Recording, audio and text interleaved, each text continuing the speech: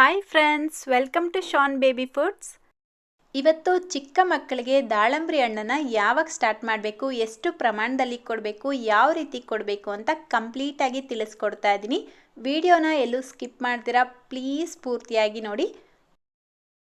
ಬೇರೆ ಎಲ್ಲ ಹಣ್ಣುಗಳಿಗೆ ಕಂಪೇರ್ ಮಾಡಿದ್ರೆ ದಾಳಂಬ್ರಿ ಹಣ್ಣಲ್ಲಿ ತುಂಬ ನ್ಯೂಟ್ರಿಷನ್ಸ್ ಇದೆ, ಮಿನರಲ್ಸ್ ಇದೆ, ಮೆಡಿಸಿನ್ ಪ್ರಾಪರ್ಟೀಸ್ ಇದೆ, vitamin A, vitamin E, iron, fibre ಇದೆಲ್ಲ ತುಂಬ ಹೆಚ್ಚಾಗಿ ಇರೋದ್ರಿಂದ ಈ ಫ್ರೂಟು ಮಗುಗೆ ತುಂಬಾ ಒಳ್ಳೆಯದು.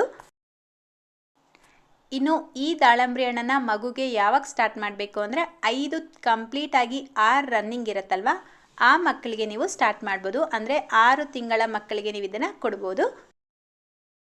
ಮೊದಲನೇ ಸಲ ಮಗುಗೆ ದಾಳಂಬ್ರಿ ಹಣ್ಣು ಕೊಡ್ತಾ ಇದ್ದೀರಾ ಅನ್ನೋ ಹಾಗಿದ್ರೆ ಪ್ಯೂರಿ ಕೊಡಬಾರ್ದು, ಅದರ ಜ್ಯೂಸ್ ಮಾತ್ರ ಕೊಡಬೇಕು. ದಾಳಂಬ್ರಿ ಹಣ್ಣು ಮಕ್ಕಳಿಗೆ ಕೊಡಬೇಕು ಅಂದಿದ ತಕ್ಷಣ ಮಿಕ್ಸಿಗೆ ಹಾಕ್ಬಿಟ್ಟು ರುಬ್ಬಿ ಯಾವುದೇ ಕಾರಣಕ್ಕೂ ಕೊಡಬಾರ್ದು. 10 ತಿಂಗಳ ಒಳಗಡೆ ಇರುವಂಥ ಮಕ್ಕಳಿಗಂತೂ ಕೊಡಲೇಬಾರ್ದು. ಬೀಜನ ನೀವು ರುಬ್ಬಿಬಿಟ್ಟು ಮಗುಗೆ ತಿನ್ನಿಸಿದಾಗ ಮಗುಗೆ ಸರಿಯಾಗಿ ಜೀರ್ಣ ಆಗೋದಿಲ್ಲ, ಜೊತೆಗೆ ಆ ಜ್ಯೂಸ್ ಸ್ವಲ್ಪ ಕಸರೆ ಅನಿಸ್ಬಿಡತ್ತೆ, ಆವಾಗ ಮಗುನೂ ಕುಡಿಯೋದಕ್ಕೆ ಇಷ್ಟಪಡೋದಿಲ್ಲ. ಸೊ ಯಾವ ರೀತಿ ಮಿಕ್ಸಿ ಇಲ್ದಿರ ಜ್ಯೂಸ್ ಮಾಡೋದು ಅಂತ ತಿಳಿಸ್ಕೊಡ್ತಾ ಇದ್ದೀನಿ. ಮೊದಲಿಗೆ ನಾನಿಲ್ಲಿ 1 ದಾಳಂಬ್ರಿ ಹಣ್ಣಿನ ಬೀಜನ ತೆಗೆದು ಸಪ್ರೇಟ್ ಮಾಡಿ ಇಟ್ಕೊಂಡಿದ್ದೀನಿ. ಬೀಜ ತೆಗೆದ ಮೇಲೆ ಇದನ್ನು ತೊಳೆದಿಟ್ಕೊಳ್ಬೇಕು. ಅದರಲ್ಲಿ ವೈಟ್ ಇರುತ್ತಲ್ಲ ಅದನ್ನೆಲ್ಲ ಹಾಕಬಾರ್ದು, ಅದು ಹಾಕಿದ್ರೆ ಜ್ಯೂಸ್ ಇನ್ನೂ ಕಸರೆ ಆಗುತ್ತೆ, ಮಗು ಖಂಡಿತ ಕುಡಿಯೋದಿಲ್ಲ. ಈಗ ಈ ರೀತಿ ಒಂದು ಮ್ಯಾಶರಿಂದ ಚೆನ್ನಾಗಿ ಮ್ಯಾಶ್ ಮಾಡ್ಕೊಳ್ಬೇಕು. ಸ್ವಲ್ಪ ಪ್ರೆಸ್ ಮಾಡಿ ಮ್ಯಾಶ್ ಮಾಡೋದ್ರಿಂದ ಜ್ಯೂಸ್ ಸಪ್ರೇಟು, ಬೀಜ ಸಪ್ರೇಟ್ ಆಗಿಬಿಡತ್ತೆ. ಸೊ ಇದನ್ನು ಮಿಕ್ಸಿಗೆಲ್ಲ ಹಾಕೋ ಅವಶ್ಯಕತೆನೇ ಇರೋದಿಲ್ಲ. ನೋಡಿ ಎಷ್ಟು ಚೆನ್ನಾಗಿ ಜ್ಯೂಸ್ ಸಪ್ರೇಟ್ ಆಗಿದೆ ಅಂತ. ಈಗ ಇದನ್ನು ಫಿಲ್ಟರ್ ಮಾಡ್ಕೊಳ್ಬೇಕು. ಈ ರೀತಿ ಮಾಡ್ಕೊಳ್ಳೋದ್ರಿಂದ ಇದರಲ್ಲಿ ಎಕ್ಸ್ಟ್ರಾ ನೀರು ಹಾಕೋ ಅವಶ್ಯಕತೆ ಇರಲ್ಲ, ಸಕ್ಕರೆ ಹಾಕೋ ಅವಶ್ಯಕತೆ ಇರಲ್ಲ. ತುಂಬಾ ಸ್ವೀಟಾಗಿ ಕುಡಿಯೋಕ್ಕೆ ತುಂಬ ಚೆನ್ನಾಗಿರುತ್ತೆ.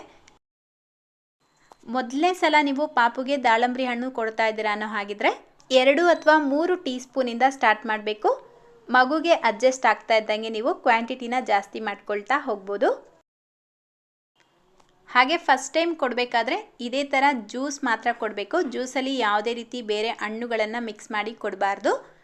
8 ತಿಂಗಳು ಆದಮೇಲೆ ನೀವು ಇದರ ಜೊತೆಗೆ ಬೇರೆ ಫ್ರೂಟ್ಸ್ನ ಮಿಕ್ಸ್ ಮಾಡಿ ಪಾಪುಗೆ ಕೊಡ್ಬೋದು.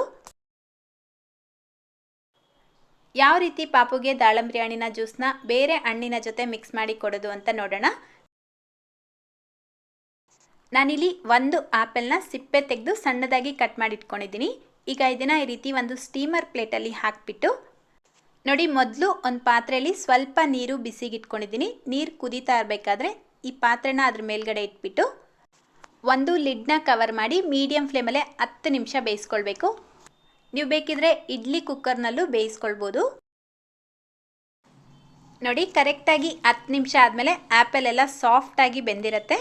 ಈಗ ಇದನ್ನು ಆಚೆ ತೆಗೆದಿಟ್ಟು ಕಂಪ್ಲೀಟಾಗಿ ತಣ್ಣಗಾದ್ಮೇಲೆ ಒಂದು ಬ್ಲೆಂಡರ್ ಜಾರ್ಗೆ ಹಾಕ್ಕೊಳ್ತಾ ಇದ್ದೀನಿ. ಇದಕ್ಕೇನೆ ಈಗ ಕಾಯಿಸಿ ಆರಿಸಿರೋಂಥ ಹಾಲು ಹಾಕ್ಕೊಳ್ತಾ ಇದ್ದೀನಿ, 1/4 ಲೋಟದಷ್ಟು. 1 ವರ್ಷ ಒಳಗಡೆ ಇರುವಂಥ ಮಕ್ಕಳಿಗಾದರೆ ಹಾಲಿನ ಜಾಗದಲ್ಲಿ ನೀರು ಉಪಯೋಗಿಸ್ಬೋದು, ಕೌ ಮಿಲ್ಕ್ನ ಯೂಸ್ ಮಾಡಬೇಡಿ. ಈಗ ಇದನ್ನು ನುಣ್ಣಗೆ ಬ್ಲೆಂಡ್ ಮಾಡ್ಕೊಳ್ಬೇಕು. ನೋಡಿ, ಈ ರೀತಿ ಬ್ಲೆಂಡ್ ಮಾಡಿಬಿಟ್ಟು ಒಂದು ಸರ್ವಿಂಗ್ ಬೌಲ್ಗೆ ಹಾಕ್ಕೊಳ್ತಾ ಇದ್ದೀನಿ. ಇದಕ್ಕೇನೆ ಈಗ ನಾವಾಗಲೇ ಮಾಡಿಟ್ಕೊಂಡಿರುವಂಥ ದಾಳಂಬ್ರಿ ಹಣ್ಣಿನ ಜ್ಯೂಸ್ ಹಾಕ್ಕೊಳ್ತಾ ಇದ್ದೀನಿ. 2 ಟೇಬಲ್ ಸ್ಪೂನಷ್ಟು ಹಾಕಿಬಿಟ್ಟು ಮಿಕ್ಸ್ ಮಾಡ್ಕೊಳ್ಳಿ. ಇದಕ್ಕೆ ಯಾವುದೇ ರೀತಿ ಎಕ್ಸ್ಟ್ರಾ ಸಕ್ಕರೆ ಎಲ್ಲ ಹಾಕೋ ಅವಶ್ಯಕತೆ ಇಲ್ಲ. ಬೇಕಿದ್ರೆ ಆ್ಯಪಲ್ ಜೊತೆಗೇ 2 ಖರ್ಜೂರನ ಹಾಕಿಬಿಟ್ಟು ರುಬ್ಕೊಳ್ಬೋದು. ಸೊ ಅಷ್ಟೇ, ಈಗ ಆ್ಯಪಲ್ ಪ್ಯೂರಿ ರೆಡಿಯಾಗಿದೆ. ನೆಕ್ಸ್ಟ್ ಈಗ ನಾನಿಲ್ಲಿ ಕಾಯಿಸಿ ಆರಿಸಿರೋ ಅಂಥ ಹಾಲು ತೊಗೊಂಡಿದ್ದೀನಿ, 1 ಲೋಟದಷ್ಟು. ಇದಕ್ಕೀಗ 2 ಟೇಬಲ್ ಸ್ಪೂನಷ್ಟು ದಾಳಂಬ್ರಿ ಹಣ್ಣಿನ ಜ್ಯೂಸ್ ಹಾಕಿಬಿಟ್ಟು ಮಿಕ್ಸ್ ಮಾಡ್ತಾಯಿದ್ದೀನಿ. ಈ ಥರ ಬೇಕಿದ್ದರೂ ಮಿಕ್ಸ್ ಮಾಡಿಬಿಟ್ಟು ನೀವು ಪಾಪುಗೆ ಕೊಡ್ಬೋದು. 1 ವರ್ಷ ಒಳಗಡೆ ಇರುವಂಥ ಮಕ್ಕಳಾದರೆ ನಾನು ಆಗಲೇ ಹೇಳಿದಾಗೆ ಕೌ ಮಿಲ್ಕ್ ಯೂಸ್ ಮಾಡಬೇಡಿ. ನೀವೇನಾದರೂ ಫಾರ್ಮುಲಾ ಮಿಲ್ಕ್ ಯೂಸ್ ಮಾಡ್ತಾಯಿದ್ರೂ ಇದೇ ಥರ ಮಿಕ್ಸ್ ಮಾಡಿಬಿಟ್ಟು ಕೊಡ್ಬೋದು. ಹಾಗೆ ಫ್ರೆಂಡ್ಸ್, ದಾಳಂಬ್ರಿನ ಪಾಪುಗೆ ಕೊಡೋ ಹಾಗಿದ್ರೆ ಬೆಳಗ್ಗೆ ಅಥವಾ ಮಧ್ಯಾಹ್ನ ಟೈಮಲ್ಲೇ ಕೊಡಬೇಕು. ರಾತ್ರಿ ಟೈಮಲ್ಲಿ ದಾಳಂಬ್ರಿ ಹಣ್ಣನ್ನು ಮಗುಗೆ ಕೊಡೋದ್ರಿಂದ ಮಕ್ಕಳಿಗೆ ಅಲ್ಲಿಗೆ ಸಂಬಂಧಪಟ್ಟ ಪ್ರಾಬ್ಲಮ್ಸ್ಗಳು ಬರೋ ಸಾಧ್ಯತೆ ಇರುತ್ತೆ.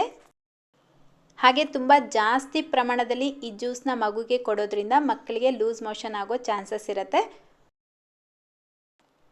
ವಿಂಟರ್ ಸೀಸನಲ್ಲಿ ಮಕ್ಕಳಿಗೆ ದಾಳಂಬ್ರಿ ಹಣ್ಣು ಕೊಡೋದ್ರಿಂದ ಕೋಲ್ಡ್ ಆಗೋ ಚಾನ್ಸಸ್ ಇರುತ್ತೆ.